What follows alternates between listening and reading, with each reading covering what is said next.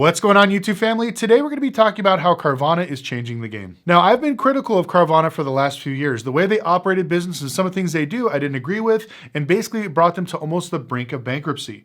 But I have to give them kudos because what they just did is absolutely going to change the game and actually make them a profitable company. Now, if you haven't heard, they just purchased a franchise dealership. It was a Jeep Chrysler Dodge dealership, but the reason why this is so significant is because this is going to change how they do operations, how they do lending, and how overall they're going to change their actual business model. So one of the great things about buying a franchise store is getting accessibility to all types of lending options. Now, as an independent store, we're very limited. We can only lend to a handful of banks. So when you become a franchise dealer, you have so many financing options available to you. But when you're an independent dealer, especially one that's smaller, you have a limited amount of financing. Plus, you're really restricted by your LTV, which is loan to value. Even if you become a larger independent, like somebody like Carvana, it's still very limited. That's why they had that really great deal with Ally to purchase a lot of their loans. But unfortunately, their loans ain't really performing. And according to the Hindenburg report, they're stating that Ally is pulling back from buying their cars. So just imagine this. As an independent, you got one massive bank that will pay you for this car. So this will represent Ally. Here it is. Now, the cool thing about them buying a franchise dealership is it gives them access to all types of tier one lenders, or what we call captive lenders. So we have, let's say, Ally. We're just going to use this one just for namesake. Wells Fargo, Bank of America, I don't know, Santander, Exeter, somebody like that. So now, instead of them being able to sell the car to one place, this is going to give them the ability to sell it to multiple banks. On top of that, the reason why this is so significant is because Carvana's model has been losing money ever since the day they started. They always overpay for cars. They have to spend a bunch of money recon. And instead of selling them for a profit, what they do is they tie all their losses up into financing, which means that they're selling this car. Let's say this car is worth $50,000, but they're selling it for $55,000. They're just going to charge the customer and wrap that up in financing. So these particular banks will give them maybe 120, 130, 150% of LTV. So this way they can hide their losses. And this is why this is so significant. I kept saying that this was the final nail in the coffin for Carvana when they lost Ally. But now that they're able to do this, it will completely change the game. Next, we're going to talk about operations. Now, when you're a franchise dealer, everything is extremely structured. Imagine you buying a franchise model of McDonald's. They tell you what colors to use, how to paint your building, what the interior cafeteria looks like, what equipment you're going to use in the back, how your employees are going to dress. They even give you a manager that will run your store until it gets up and running. So that's one of the great things about buying a franchise model. And I think Carvana is going to learn a lot with dealing with somebody like Chrysler Deep Dodge, because Stellantis is really going to put the screws to them and make sure that they're successful and they push this through. Now, if they're able to basically figure out their processes and mirror it to their actual independent stores, I think it'll be a big game changer. They won't be losing money. They won't fall victim to a lot of the fraud that they're doing. And on top of that, I think that once they see how much money they can make, it's also going to give them the incentive to purchase more dealerships, and that's what's going to lead to the really, really big game changer. Now, I know a lot of people don't really pay attention to the automotive market, but there's something you really need to look at. Majority of the dealerships in the United States are now owned by major auto groups, whether that's Sonic Auto Group, AutoNation, Lithia.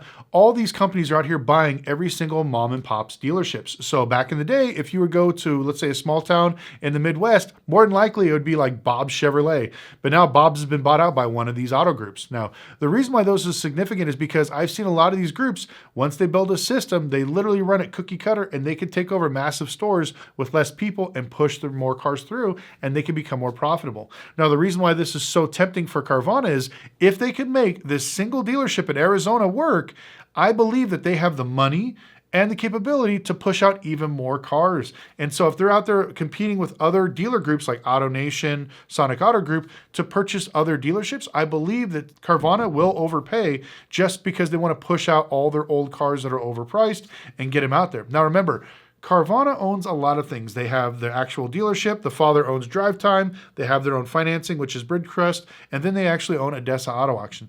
So they literally have the perfect circle to push cars through this market. And the reason why those are significant is because if you get a franchise dealership where, let's say, Drive Time or Carvana could only sell cars at 110% LTV, but you can get 150 at a franchise dealership, why would you want to sell it there? You'd rather push these cars through there. So I believe that Carvana is going to start funneling those cars through their franchise store. So even though you may be purchasing it from Carvana, I say it right now, they're probably going to start pushing them through the franchise stores because they'll be getting so many more people approved with less risk. So what happens if all this works out for Carvana? Now, my personal opinion, this is what I think is going to happen over the next 2 years. If this is very successful, they're going to go out and start purchasing very small auto groups. They're not going to go dealership to dealership. They're going to buy probably, some of these groups that have 4 or 5 dealerships here and there, and they're going to start picking up market share. And because I know some of these bigger groups are not going to want to mess with them. And then eventually they're going to go after each of the ones that are independent, and then they're going to buy one of these bigger auto groups. And before you know it, just like if you drive around anywhere, you'll see Auto Nation, you'll see Sonic Auto Group, you'll see Lithia, you'll see all these franchise owners or dealerships owned by the same groups. Now, this is a good thing and a bad thing because I believe if Carvana gets in there, it'll make them competitive where some of the other guys will have to play ball and it'll kind of change the game. But one thing I've noticed is that all these major auto groups are also doing the same thing that Carvana is doing. They're out buying banks. Like Auto Nation owns CIG. I think Lithia just started their own lending institution indoors. So the reason they're doing this is because they want to become their own captive lender because we're getting to the point where selling cars is not making money. Selling loans is what's actually making money. So unless you can actually overpay for a car, make a mistake, like, oh man, I bought this for overbook, I can push all those losses into financing and now it's on the customer's problem. We don't have to worry about it. And so I think you're going to see more and more of these auto groups creating their own banks to do this. And so now it's going to become a thing where if you buy in this auto group, they're going to raise the price to whatever it's going to be and you have to pay it and there's nothing else to go around it. So it's going to be very interesting, but I have to give kudos to Carvana. Now I've bashed them a lot in the past, but the Garcias really figured this one out. I remember saying this, I think it was almost 2 years ago. I said that they should go after a franchise dealership, I believe like Carvana did or CarMax did years ago, where they could go there, run it, operate it, learn the basics of the business, and then apply that to each of their stores. And sure enough, here we are. So I think this was their last gasp for breath. But what they did, like I said, I do now have really high hopes that if they do this correctly, I think they can completely change their fortune. They can completely change the game because this is going to put a lot of dealerships on notice because not only me, but there are a lot of other dealers groups and people in the auto industry that don't like Carvana and they wanted them to fail. Not because we hate them as a company, but what they did, the buying the cars sight unseen, trying to act like selling online was the very first thing because we all sell cars online. It's nothing new. They have no new tech that none of us have, even small independent dealers. But it was one of those things where we knew that their business practices were basically setting them up to fail, but everybody kept drinking the Kool-Aid and was buying cars from Carvana. But now with this franchise dealership, like I said, it's going to put so many dealer groups on notice and they're going to be scared. So don't be surprised that in the next 6 months, you see them pick up maybe 1 or 2 more because I think once they get a taste of how dealerships operate as a franchise group, they're going to completely blow their mind. Now, to run an independent store, and I'm going to give this a shout out, and if you guys are in the car industry, you can trash me if you want. Running an independent store is 10 times harder than running a franchise store. I listen to these franchise guys cry and complain about like, oh, it's so hard to sell cars. They get factory incentives. They get banks that I can barely dream about. They can get people at 300 credit scores approved that I could never even touch. They can do crazy LTV financing. They get companies that will send hundreds of thousands of dollars of marketing every single month just so they can push cars through their inventory. So as an independent, you have none of that stuff. There's no training wheels. There's no success group. There's no factory rep to make sure you succeed.